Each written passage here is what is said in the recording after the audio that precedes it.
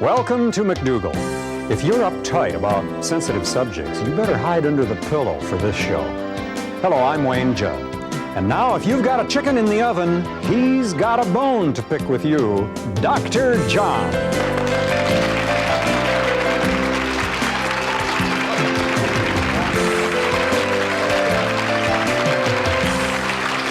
Everybody, a chicken in the pot, right? Chicken in every pot. A chicken in every pot is one chicken too many, isn't it? Well, you know, chickens are 50% fat, and that's without frying them. About the same as beef and Same fish amount and of all the rest. cholesterol as beef, Bad news. fish, no dietary fiber, news. no carbohydrate. It's basically changing from one kind of muscle to another when you switch from beef to chicken. So, John, have you had any stress in your life lately? I I have stress all the time. I love it. I understand that you had a little stress this morning when a patrolman pulled you over and gave you a traffic ticket on the way into the studio. Is that correct? Why do you tell Would such you like things to confess like to our viewing audience today? Yes, that was stress. So maybe we should talk about stress and see if we can help the doctor a little bit. Well, stress gets me to not do things like that anymore. Stress is helpful because now you're going to be more careful in the future? Be more careful, right. It's not that I tried to break the law. Did your wife know about this yet? Not yet. Is that going to be more stress? She does now. You think she's watching the monitor? Stress is kind of an interesting thing, and my opinion on stress may not be shared by a lot of folks. But I look at stress as a necessary part of human life. It gets the problems resolved, the jobs done. It's a motivator. You like stress? And I do. I like stress. Now, stress can be uncomfortable. It can be darn right unpleasant, but I think it's a necessary, normal part of life. And if you wanted to take and ruin my life and really make me very stressful, is you'd take my usual stresses away, you'd give me a book, set me on a beach, and I'd go nuts in about 2 or 3 hours. That's interesting. So for some people, getting rid of stress is stressful. Stress is, yes it is, and stress has been used as a scapegoat. And people like it as a scapegoat because when you say, well, your diseases are due to stress, what can you do about stress? You just say, well, you know, I can do nothing about it, and just go on. I can't believe that the diseases that people have today are due to stress. For example, we're told heart disease is due to stress, high blood pressure is due to stress, multiple sclerosis, arthritis, and so on. But what I see is, historically, and also in the world today, these diseases did not exist in parts of the world where people didn't eat the rich American diet. Even today, in rural China or in rural Japan or in African countries, heart disease is virtually unknown. And yet they have stress. They have stress in those countries. They have difficulties. We know that. They have problems with infidelity. They have problems making ends meet financially. Absolutely. They have problems with their children being sick, tremendous stress, and yet they don't get these diseases. And you know, Wayne, as a doctor, I have a privilege that very few people have. I get a chance to talk to people and to find out personal things about their lives. Yes. And over 25 years of talking to people in the doctor-patient relationship, they've told me all kinds of very personal things, and I've come to the conclusion that most of us are basically the same. Life is difficult. Yes. We've got to deal with financial problems, we've got to deal with our spouses, we have to deal with our coworkers, and life is difficult, and I find it a similar difficulty for 98% of the people. Well, so that won't kill you? No, I think it's a normal part of life. 2% of people may have this wonderful life. 2% of people, the stress on their life really may be debilitating, make them sick. But for most of us, life is difficult, and we just put one foot in front of the other, as they say in the military, and we just continue to make it through life. Now, I think it's important to look at stress this way, because I don't know any effective way to get away from stress, but I do know how you can keep stress from giving you disease. Good. The way we use stress in our society is we get stressed out, and the way it hurts us is we drink more coffee, we drink more alcohol, we abandon our exercise programs, we eat more rich foods when we get under stress. In other words, we start getting self-destructive under stressful situations. And if it's a stressful situation, say like a big report you have to get done, when you get done with that stressful situation, then you reward yourself with a big piece of cheesecake. Why do we do that? I mean, if the other countries don't have... they don't have these, they don't have these substances, they don't have these bad habits to turn to for that self-destructive behavior. Right. Now, if people realize this, if they realize that stress is a normal, natural part of life, you want to make it as painless as possible. There are things you can do like exercise, get involved in your religion, your hobbies, and many, many things you can do to make it less painful. You're not going to get rid of it. But if you realize that it's not a toxin that's in itself, unless you allow it to be self-destructive by your behaviors, then you don't have to let it get to you, and you don't have to get disease as a result of being normally and naturally stressed. Good. So if you have a type A personality, you should have a type B attitude toward that type A personality and relax, enjoy yourself. I'm glad type A personalities are fine because I'd have a tough time. Oh, me too. You're a type A too? Me too, absolutely. Double, triple A maybe? Not as bad as you, but I'm right up there. Well, with that useful information, I hope you sleep better tonight. I will sleep well tonight. We have a Thank great show. We have a very useful information coming up, male problems, men's problems we're going to be talking about. We're going to talk about how to deal with prostate disease. We're going to talk about some of the prostate tests, and you're going to be shocked by some of the things my guest has to say. Dr. Ronald Sorensen is going to be with us. He's a world-renowned urologist, and so we'll be back with you in just a minute after these commercial breaks.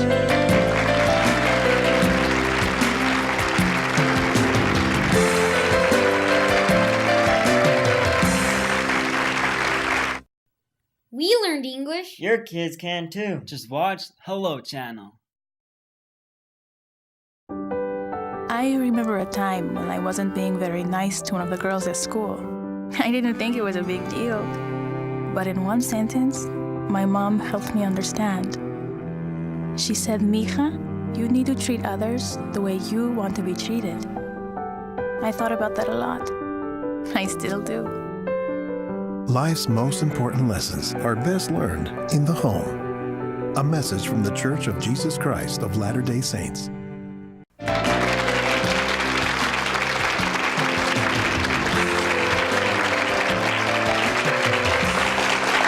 Welcome back. With me, Dr. Ronald Sorensen, MD, urologist. He's from Windsor, Canada, and I want you to get pencil and paper ready because I'm going to give you an 800 number so you can get in contact with his services because he has lots of exciting things to talk about.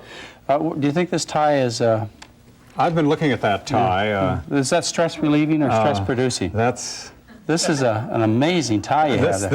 Is this a conservative physician or is this this is a Nicole Miller creation. Oh, that's a Nicole Miller. And she takes a theme and then Right. breaks out There's on that. I mean, you can see And that obviously a a medical little bit of thing. acupuncture and EKG and You got all the medical stuff on Prescription. there. canola oil. Well, that's better that's than a long some. story. Before we get into the instrument that you brought here, I'd like to know from a urologist's point of view a little bit about the controversy that's going on in terms of early detection for prostate cancer. The scientific literature, as I read it, is telling a story considerably different than what the American public is getting in terms of prostatic-specific antigen, that blood test, in terms of digital rectal examination, and in terms of ultrasound. How do you read it?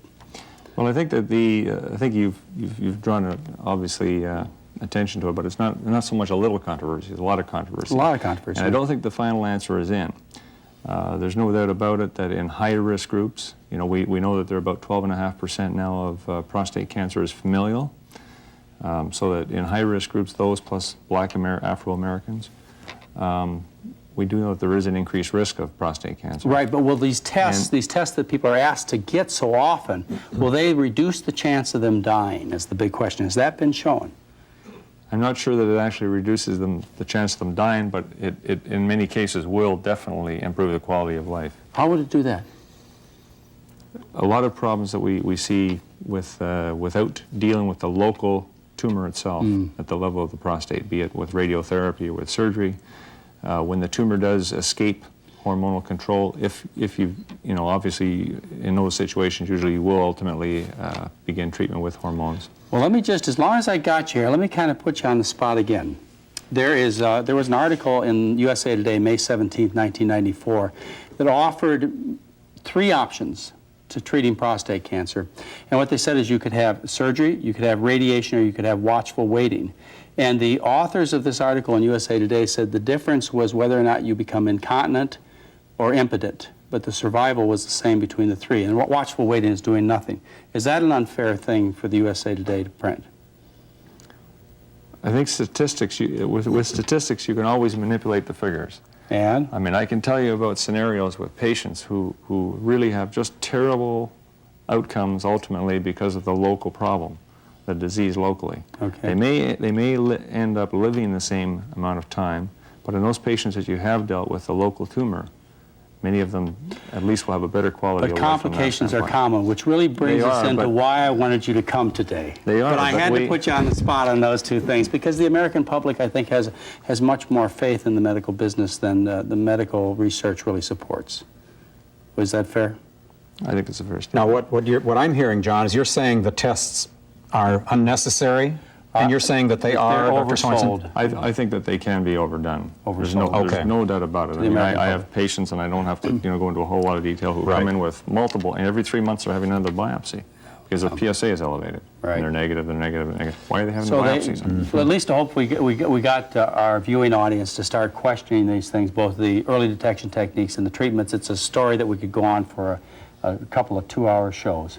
But when people get treated for prostate cancer, they often end up with a complication that I really want to talk to you about. And that's incontinence. Is that correct? Urinary incontinence. How else would people get incontinence that you'd like to treat by a technique that you found very helpful? Well, nowadays we don't see it much, but after transurethral prostatectomy in the olden days when there were people that weren't very well trained in the operation, there's no doubt that was a potential complication. We don't see that almost exclusively at all these days. Okay, so sometimes through Most of the patients, the male patients with urinary incontinence are males who have had radical prostatectomies. We can see incontinence and other conditions that cause the bladder to shrink. They've been radiated for bladder cancer, or they've been radiated for prostate cancer. They're going to be scattered enough that the wall of the bladder becomes very non-compliant. These ones are very difficult to deal So with. generally secondary to therapy, we get into the incontinence problem where they have to wear a diaper or a catheter. Is that right? That's correct. And that's Or all you can do? condom You or- can't fix it? Well, that's why I asked Dr. Sorensen to be here, because there is a way to fix it, a relatively simple way. Can you tell us how you go about doing this? Well, what we're talking about today is the use of a material called Teflon. We've all heard of Teflon and coating pans and so on. Politics and other arenas. That's right. Yeah, right. In any event, here what we have is we have the Teflon, which is a relatively inert material that we can inject in and around where the sphincter normally is. Now, in radical prostatectomies, there are several approaches to it. We won't get into all the details. It can be an open procedure from above or another one from below called a perineal prostatectomy. Now, the urethral sphincter in the male is very, I think we can see out here, is just, here's the prostate. We're actually looking at it upside down, yeah. but here's the prostate here. When the prostate's been removed, there are some very important sphincters at the level of the bladder neck. Now, the sphincters keep muscles. the urine from leaking out. Yes, That's they do. for the purpose, That's okay, right. and they get damaged. And the voluntary sphincter lower down. Well, these can get damaged, as Yes. you've mentioned. And as a consequence, there's nothing to resist the flow of urine.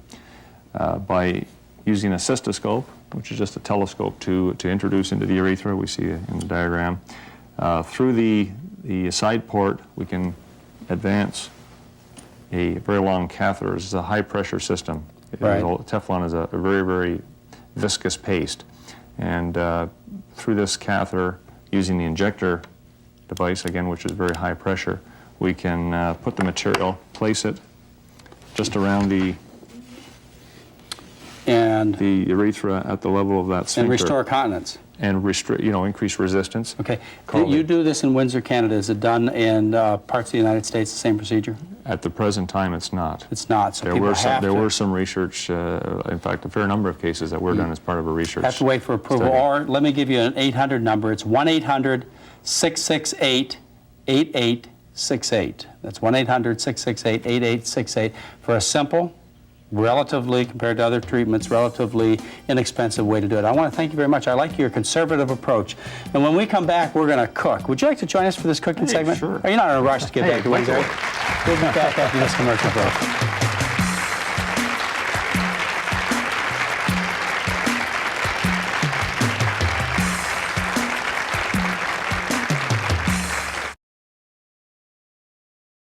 Learn English and have fun.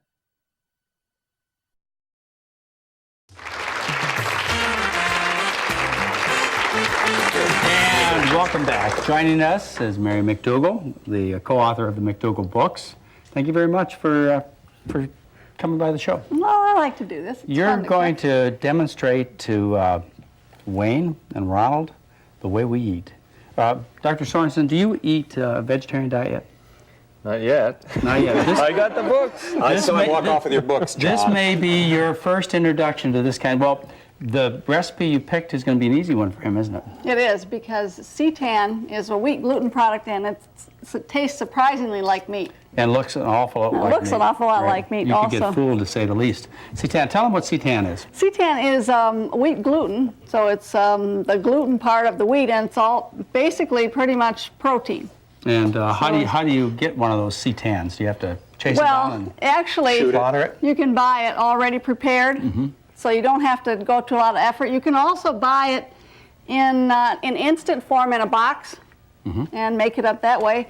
And if you're really ambitious, you can buy whole wheat flour. Remember me doing that in the sink? Yeah. And you take the whole flour and put it in a big container and run cold water on it, and all the time you go like this with your hands, and pretty soon you end up with this glob of wheat gluten, and it's just this pretty clear, colorless product. Sounds awful. I'll buy the box. This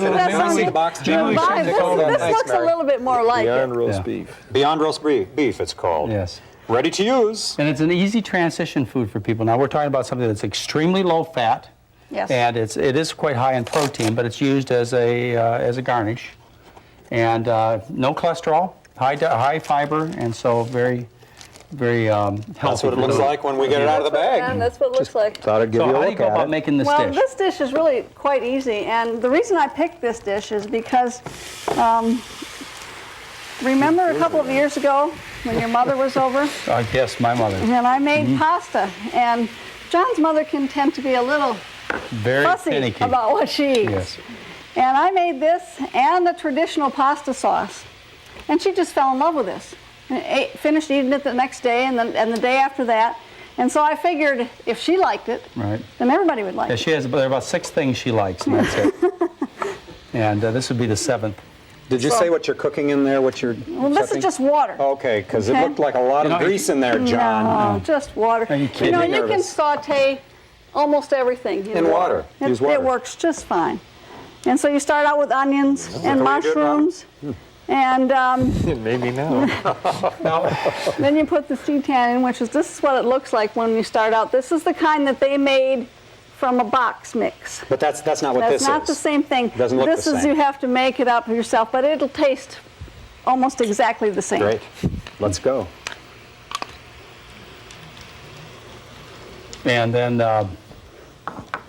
we could get you So you one put stirring over it in here, the same Wayne. I amount. think. Oh, I'd be glad to yeah. stir. Okay. If you make it a half a pound, you just put I a do half like a pound to of stir. seitan in. Right. Now, Mary, yes. you can get these onions look brown Take my jacket off. in the finished product. Do you have any problem getting them brown? No, because this is going to cook for a little while. We will not be able to finish seeing Right. this cook. This will cook for about 45 minutes. No, I think a lot of people think that you have to have you have oil. to have oil to get your onions brown. Right. That's not true at all. You use a little bit of water, and as the water evaporates and you stir the onions tend to get brown because the water is evaporating, and they taste wonderful. It actually smells good. I don't know what's going on in there, but it sure smells good. We put in a little non-alcoholic red wine. Mary, since Oh. I've been working with Wayne over the last 5 months, he has changed his diet. He is now, He was telling me that. yes, he is right. now a vegetarian. This is going to be easy for him. I don't know about love Ron, we have to work on. All right, we put in He's some gonna be the vegetable toughest. There's broth, always a chance. some soy We're working sauce, on you, too. Yeah, there you go. and then we're going to add the seasonings. I'm sorry, Mary, what did you just put I in the put soy in sauce? vegetable broth and soy sauce. Okay. Oh, and it now we're going smells to put wonderful. in some. Spices. Now, this is actually what's in the completed dish over there. That's right. We're just kind of showing people how easy it is to make. simple. It's another one of those dishes you can I make. could do this. You could do this. Absolutely. I couldn't do it, though. Oh, yes. Well, you don't have to. You're married to Mary. That's amazing. And that's it. And how long does it cook It for? cooks for 45 minutes. Well, how about- And then you add a little bit of cornstarch to and water thicken it. to thicken it up. But we can't do that until it's all Now, is finished this cooking. another one of those recipes where if you didn't add the cornstarch, you could freeze it and take it out later and Yes, finish it? yes. Whenever you use cornstarch, you can only use it the way it is. If you put it in the freezer and then take it out, it'll be all gritty. And so, if you say you want to make a double batch, you could have You some could that take- evening, yes. and then you could You freeze the remove it rest of it first, and then add the right. cornstarch later. Could you dish a little of that out, Mary? Oh, I can do that. Let's see, do we have a spoon? No, so we'll do it this way. I think when you're you're going to put this over pasta, are you? we need Dr. Sorensen. I'm not going to do that this time. Okay. Because, I mean, that's the way you would serve it over pasta rice. or We've had rice, it over rice. or potatoes. It's good over potatoes. So, and this food is good for urologists, isn't it? I understand it's Good for your prostate. This right. food, and no question about it, this is the food that you want to tell your patients to eat to prevent prostate cancer. There we go. And I because we should know practice that, what I preach, right? that's right. Well, you do teach people that, don't you? Tell them that All right, prostate now you can cancer is try due to some. I'm going to try it. beef Even if American. I don't like it, I'll preach because I'm on this show. But I don't know about Dr. Sorensen over That's really tender. It is. there. Oh, that's wonderful, Mary. Oh, I'm so sorry for our studio audience. They don't get any of this. Maybe we got a lot here. Maybe we can find some dishes around. Oh, that's great. Mix them up. Tastes a lot like meat, doesn't it? Well, it tastes better than meat. Why would you want meat when you've got this? That's right. And the scientific literature is getting pretty overwhelmed. Most urologists are talking in terms of beef and other animal fats. Animal fats, definitely. Causing prostate cancer, and of course, If you look at Japan versus the worst case scenario in North America with the Afro-Americans, it's about 45 times the risk. 45 times more prostate cancer in African Americans than, oh my goodness. Another very interesting statistic, John, is if you transplant a Japanese person from Japan and put him in North America, his risk goes significantly upwards. See, you've made this connection. Now you are stuck. You are. It's tremendous. This is the conversion. I think we're seeing a from convert somebody here to today, a folks. vegetarian. Dr. Sorensen, I want to thank you very much for joining us in this segment. Pleasure to be here. And Very good. Mary, great Pleasure. job. You did a wonderful job. Mary McDougall. Thank you. And we'll be back after this commercial break.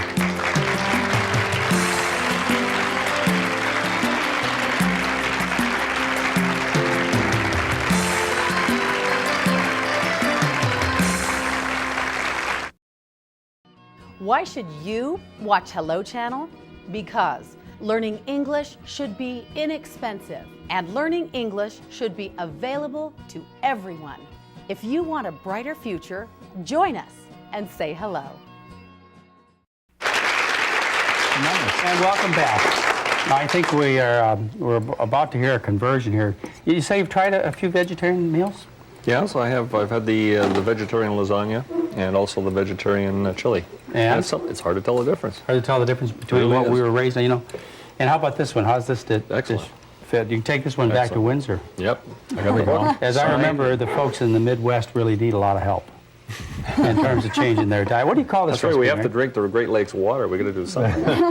This is called Seitan Bourguignon. It's sort of patterned after the beef bourguignon that you make with wine and Are the sauces, mushrooms. is the sauce the same as The in sauce is the same, yes. And just to give you a little plug, Mary, where can you get to this recipe? You can get this recipe in the new McDougall cookbook. Which happens to be Mary's cookbook, yes. And That's great. You might get it in any of the bookstores, and along with 330 other recipes.